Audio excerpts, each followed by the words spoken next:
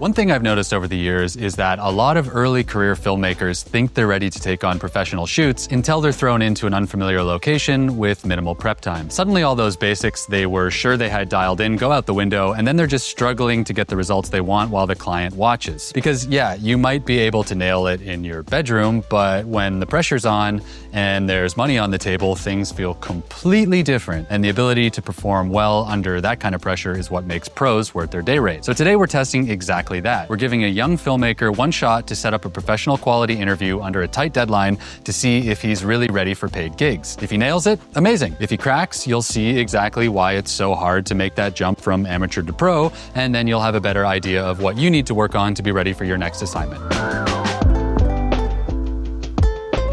Okay, so let me give you a bit of context here. For the last year or so, I've been working with a local nonprofit film group called Threes that was formed to help young people from East Toronto communities break into filmmaking. They do a bunch of stuff like providing mentorship and giving access to gear so people can get out and build portfolios and then eventually break into the industry, even if they don't have any resources or connections when they're starting out. It's a really cool idea that I'm happy to support, but one of the main challenges their filmmakers face is that it's very hard to replicate the pressure and dynamic environments that pros deal with in the real world. We're going to fix that today because we're running a workshop here in Regent Park that should put this filmmaker to the test and see how ready he really is. He'll be here in a second, but the ground rules are pretty simple. We'll start with a quick walkthrough of the space, like you would when you're getting to a new location for the first time. Then we'll see how he decides to tackle his setup given what he has to deal with here. And by the way, we're currently borrowing this beautiful studio space from Shoot for Peace right here, which is another Toronto nonprofit with a mission to make art accessible to underserved communities and offering a safe creative space for young people. So if you're ever looking for a great spot for a shoot and want to support a great org, check them out too. After we've gone through the walkthrough though, I'll give him access to every piece of lighting and grip gear I own, and then we'll give him 2 hours to try and make the best frame he can. Now there's a ton of stuff for him to use, everything from LED light bulbs up to 1200 watt spotlights. And so there's really no excuses for not having enough toys on this one. And since blaming lack of gear is one of the most common excuses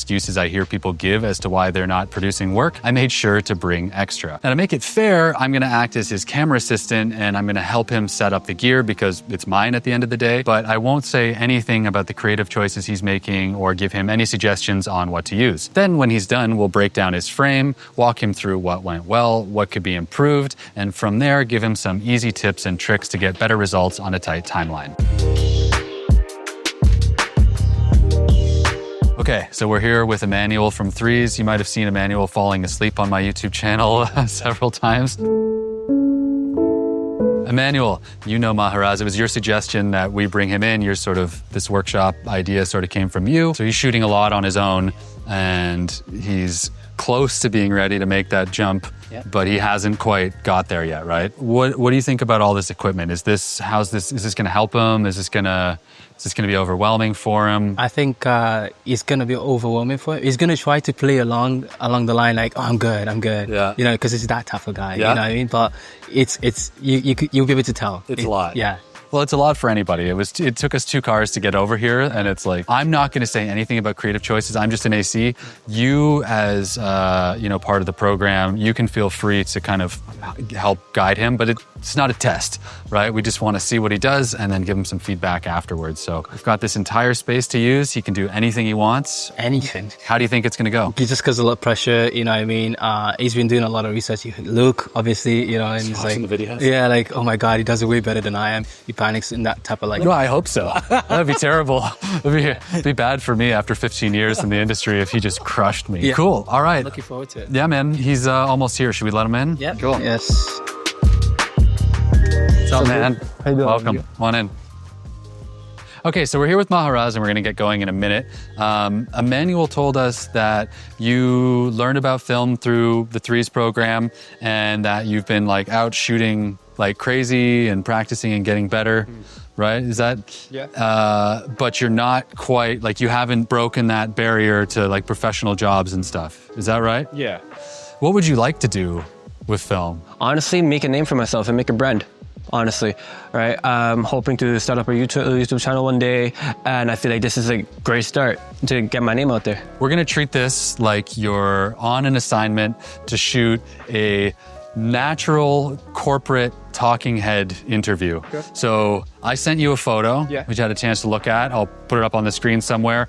Nothing crazy, but it's natural looking light, pretty standard framing, a little off of center. So you don't have to copy it, but that's the kind of vibe that maybe we can aim for. But if you see something in here that you really like and you want to do differently, like you can be as creative as you want. Do you have a lot of experience with setting up lights and that kind of thing for your interview frames? No, not really. So this is going to be a first, but I have seen some from a personal perspective when working on one of the other sets that I worked off of from Emmanuel.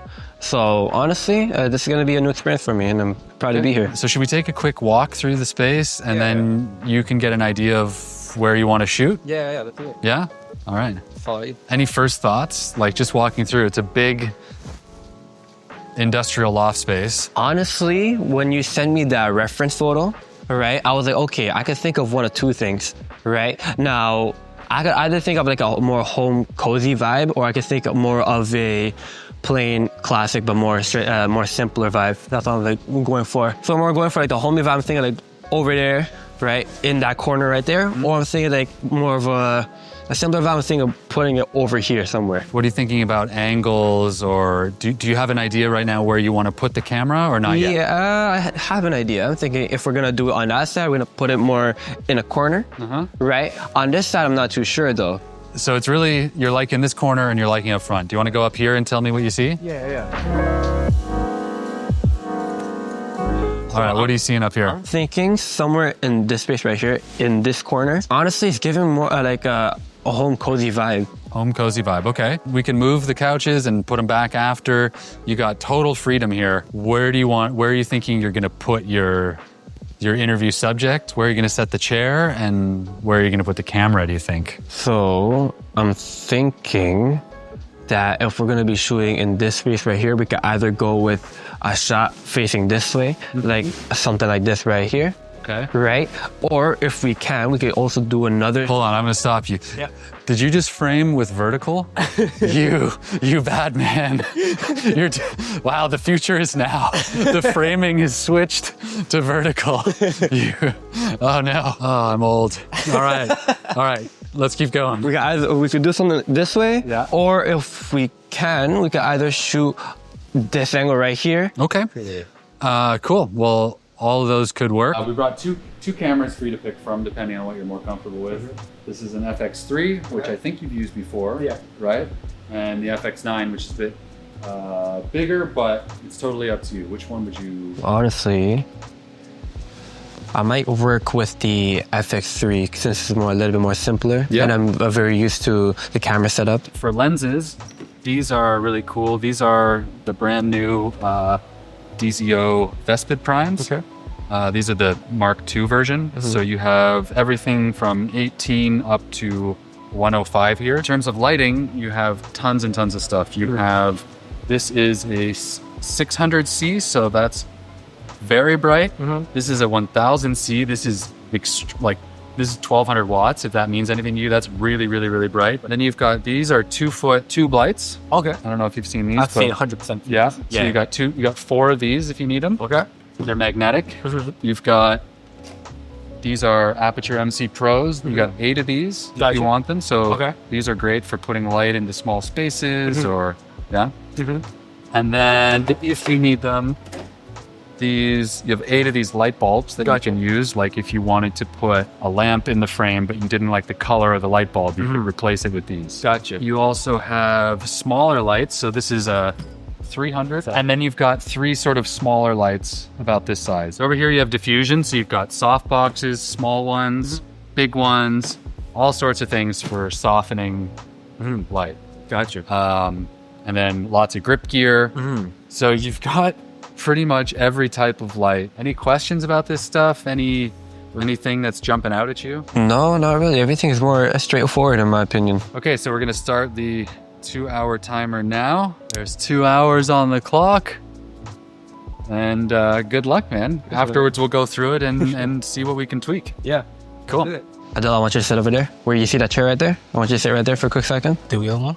Yeah, the wheelie one. What are you thinking? Thinking bring this like The blinds? the blinds down, Blinds. right? Because like this light is bothering like his skin tone, Okay. right? So what I want to do, I want to bring these blinds down. Probably get one light right here, right? Another light right there, and probably get one on the side over here. I have a question. Why do you want the blinds down? You don't want to use a natural light? It's not that I don't want to use a natural light. It's just that I don't want to be racist or anything. But the light is like is doing him dirty. Oh. Like the natural light is doing him dirty from the to his skin tone, or like to anybody. If you were to put loop. Well, I mean, it's true. You do have to light differently based on skin tone. Yeah, It's 100% different, yeah. Right. So in order to make him look more beautiful, we gotta get rid of that natural light because it's doing him wrong right now. So we're gonna bring those blinds down, right? That should be fine. Just that one, because we're gonna be more focusing on this side. A lot better. It's complementing his skin tone. I'm gonna move this beanbag out of here. Got everything from 18 up to 105. Ooh. So should have a 24, 35, 50, 85, 105. I want to work with the 35 first, and I want to see how that looks on it. So, Have you ever used a PL mount before? not this one, but I've seen a manual use one of these. General mount, yeah. Oh, okay.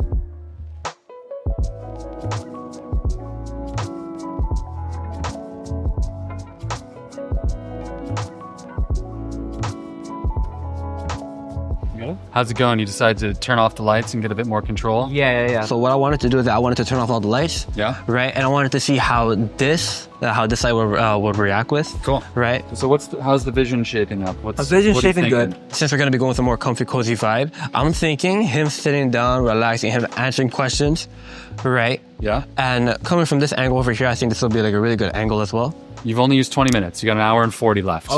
Okay, we got a lot of time to experiment then. A lot of time to experiment. So what we're gonna do, I wanna turn this light on. Okay. Right? Go for it. All right, spiking. Cool. So, Okay, we're definitely gonna need some more light on this side over here. Right? So I'm gonna switch this one out, and I wanna test out the 600, Uh-huh. and I wanna change it to like a more like a yellowish taint.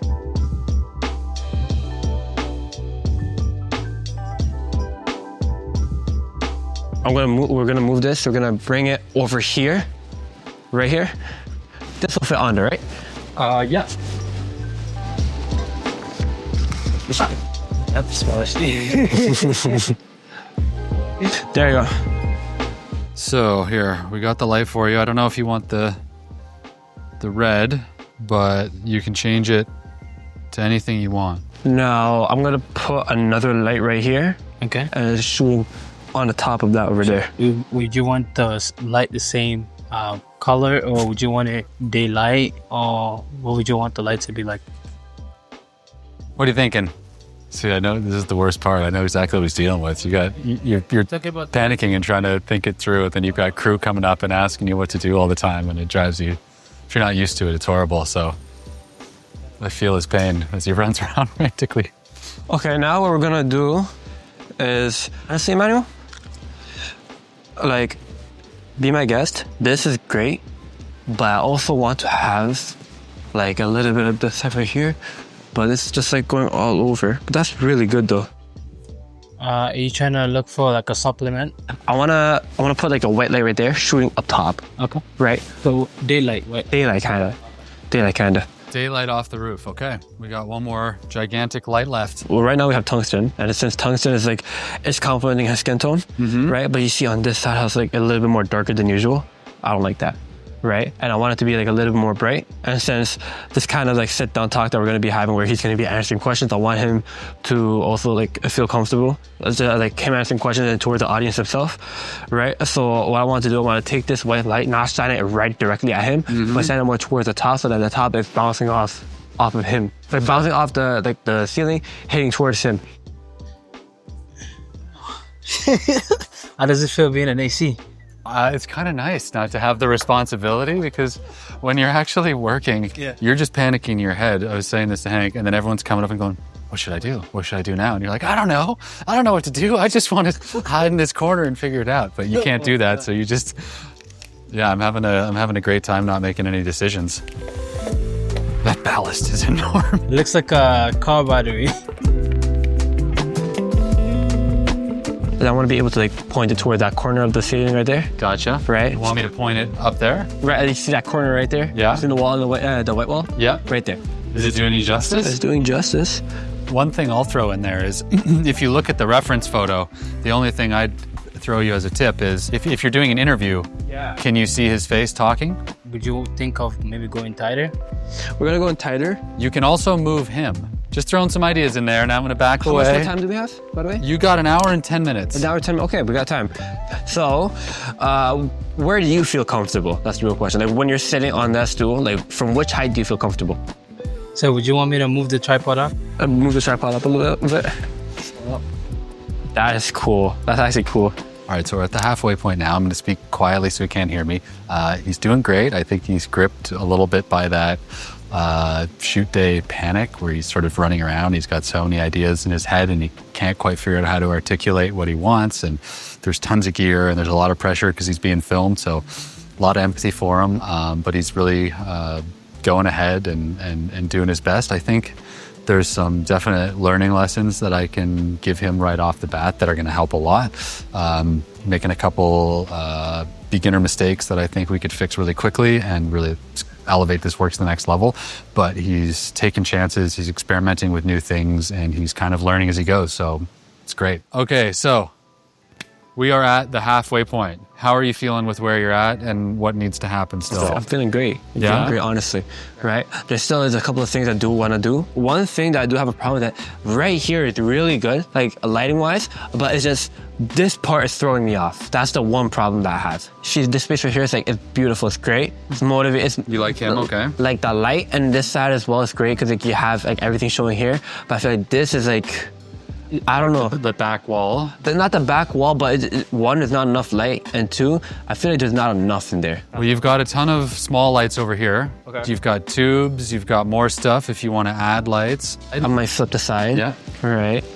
You can always do. Maybe. Could you do me a solid and bring it like right here in front of me? Just a second, please. Stop right there. No, good. Yep, right there's good. Okay. Go a little bit more tighter. Do you want to try, I think 85 is the next one? Yeah. Do you want to do that? Okay, there's 85. Don't forget to focus it as well. I love it, how it's auto-focusing on him and everything. No, I did that. There's no autofocus.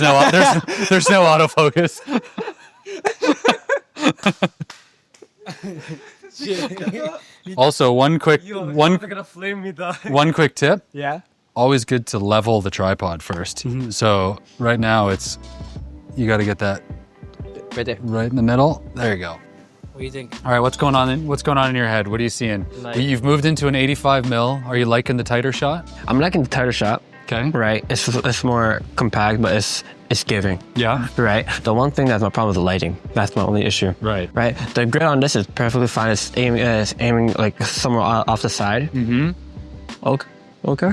Mm-hmm. Now, Emmanuel, if you could just do me a solid, bring this more towards the white side, but not too far. Right. Because the reason why I did that is so that this light right here, the tungsten light, aiming towards him, it complements him.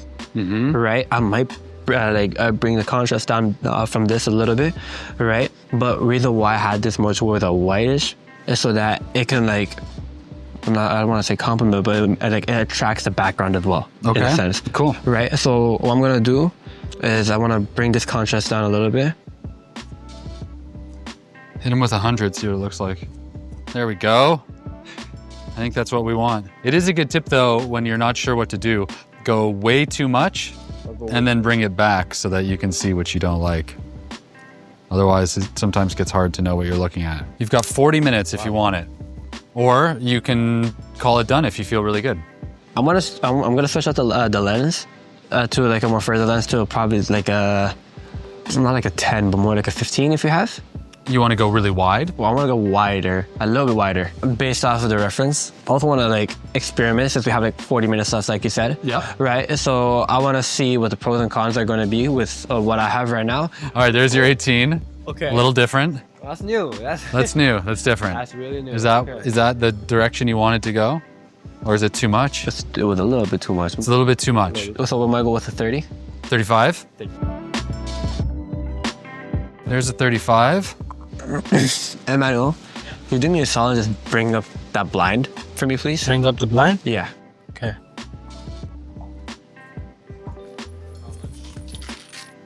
You don't like that? What don't you like about it? Like, you see how, like, how would I put it? Like, it's forcing. You know what I mean? Like, the light itself is forcing, it's trying to force its way inside the shot, right? It gets too bright. It's too bright. It's not, like, it's too bright, and it's, like, coming off the way that I was, like, imagining it to be. So, we might kill that.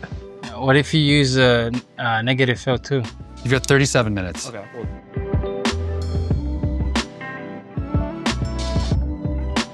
What do you think about this? We just wanted to bring that blind down to where that bar is right there. Which one? Like, bring the blind down. The blind down? Right. Just bring it to that black bar.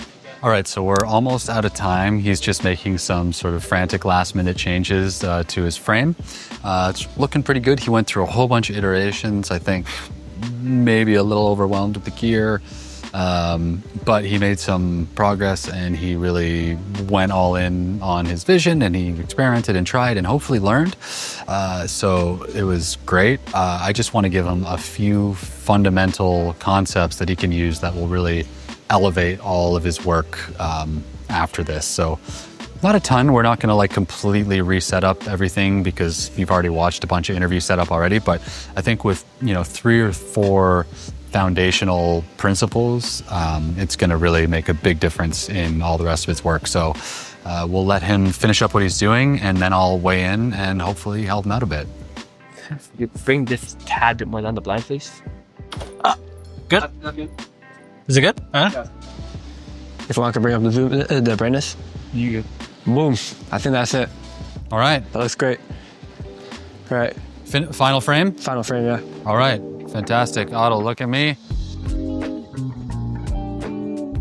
At first, I wanted him to be sitting on the sofa, and since we're going for like a more home cozy vibe, I wanted to put that plant in there. I feel like it should be like a little bit more mature, right? So that way, we brought out the stool, we made him sit down in the middle. So then that's where we came in with the 1000 over here, and instead of like shooting it towards him, we shot it towards the sky we shot it towards the roof so that the roof would like bounce off. To brighten up the whole space. Exactly, right? How did you find the whole experience of working with this amount of gear? Was it helpful to have a ton of stuff, or was it too much? Honestly, it felt a little overwhelming. And when a lot of people say they don't have enough gear, right? It's either one, they're very experienced, or two, they're just saying whatever out of their mouth. I'm not just trying to throw anything like that. Like they're making an excuse. Exactly, Right. And since you basically gave me the whole store as if I was a kid, right? A kid in the candy store. I'm like, you know what?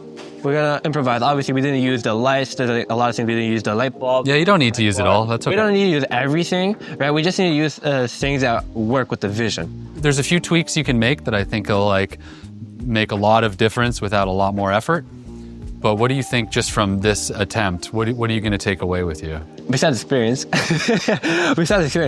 honestly, if you have an idea in your head, say it out. See how that works, right? There's nothing wrong with trying with new stuff, trying with new ideas. Yeah, I mean, I really think it's great how you allowed yourself to change directions even after you'd committed a lot of time to one look. Yeah. You tried a different look and then found something you liked. Okay, so you did a great job. I think I really liked how you pivoted. I think it started in a way that didn't look like the brief really at all. And then you adapted and made changes and then arrived at something that's a lot closer. So I think you did a great job. Interviews, sit-down interviews are one of the main things, or they're one of like the bread and butter things that you get paid to shoot. So like corporate ads, branded content, documentaries, sports, they like all of them involve interviews. So this is kind of a fundamental skill that you're gonna have to do again and again and again if you keep going pro. So there's a few things. I'm not gonna like completely tear this apart and do it again. I just wanna show you 3 foundational things that you can do that I think are gonna make your frames a lot stronger. Gotcha. Yeah?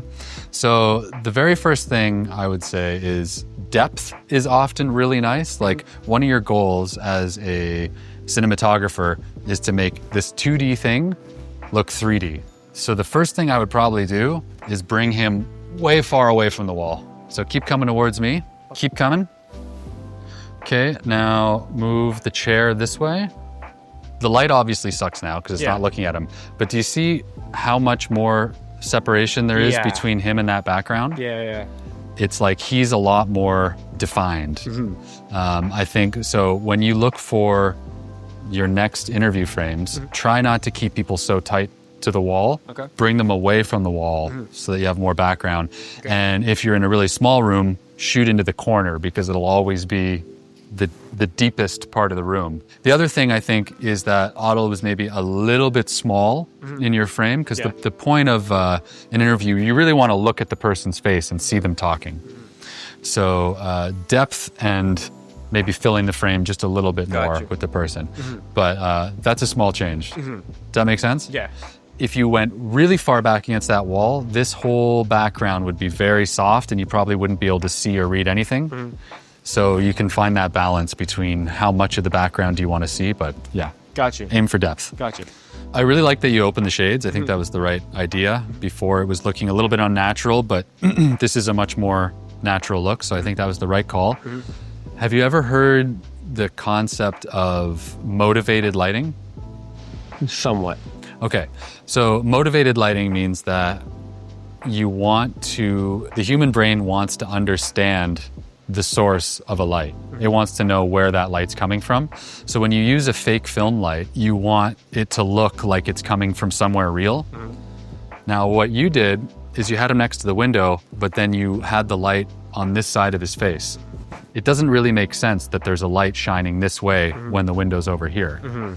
So to motivate that light, I would suggest putting the key light on the other side so that it looks like it's coming from this window, and that's going to make it look a lot more natural. I'm going to show you a different way. This works really well, this 600D with the softbox. That's a really fast way to do it. Yeah. Another way to do it would be to get one of these sheets, and you could also hang this and then shine a light through it. But let's do this the fast way, and let's just move this light over to where this one is. Now, exactly where you position it is kind of up to you. Do you see how, because the light is coming from the same direction as that window, it feels like this is window light, even though it's not?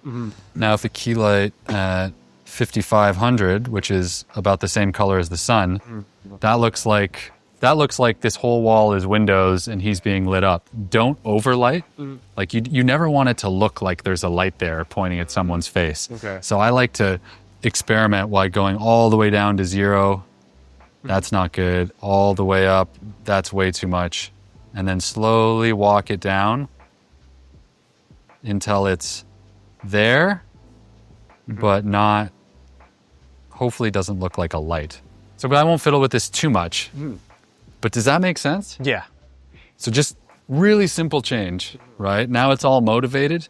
And even though it's not natural, the light's actually behind him. So why is it hitting him in the front of the face? It doesn't make sense, but your brain accepts that's real. The third thing is, part of why I think this window was so challenging for you is because you exposed to the key light first rather than exposing for the room. So when you're dealing with a big open window and it's so bright and overpowering, what you do is before you set your lights, expose the camera for what you want the room to look like. That's where you started from with that brightness. I'm adding in a filter. I'm bringing down the whole room so it's more the tone and the color that I want. And then you use your lights to fill in. Gotcha. We had the light before at 3%, but we weren't exposed to the room. I mean, maybe just as a starting point, we'd have to tweak it from there. Yeah. But do you see, like, it's a little bit more balanced? Yeah. Right? So you've got details everywhere. Nothing's blown out of focus. And you can get light on him. So just those 3 simple changes. More depth. Having the light from a motivated direction. Gotcha. And balancing your exposure for the room first and then lighting to fill in the rest. Gotcha. Can you see how that makes a bit of a difference? I can see a big difference. Cool. Looks a little more natural. Yeah.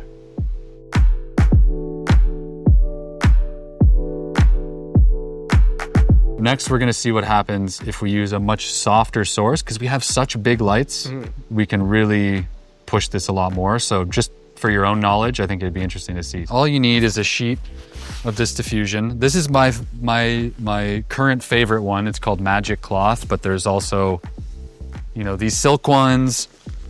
You can use a shower curtain from Amazon. You get like a translucent shower curtain. Yeah. It's $10. We're not gonna use any frames or anything. Yeah, we're just gonna use this random piece of tubing into a clamp. Yeah, pull it back into the corner by the couch. This is super easy. You just bring this in at about a 45-degree angle, like the same place that we had the softbox before. That'll work. All right, so because we're shooting it through this big cloth and because we moved it so much further back now, it's a lot darker, right? Yeah. So you probably need to come up a little bit in power. I'm not gonna do too much, but can you see a difference between how we had it with the softbox and that? Like how much light just sort of spreads across his face. It's much softer, right? We'll leave it there because it looks fine. But the point was, with just a few simple changes, right? Bringing him further away from the wall, motivating our light and exposing for the room, and then eventually adding in a much bigger source. Yeah. We have kind of a more balanced and natural looking frame. What do you think? Do you like this version? I like this version a lot more, honestly. So this is what I would consider the starting point. Like when I do an interview, I'll get to this point as quickly as possible, and then I'll spend all the rest of the time putting little lights all over the place, moving stuff around and getting the background to look just perfect. It's always nice when you go from areas of darkness to light. Like it looks really good. I have a DP friend who calls it salt and pepper. You want to kind of move from darkness to light so that every part of the frame is a little interesting and different. Let's do one.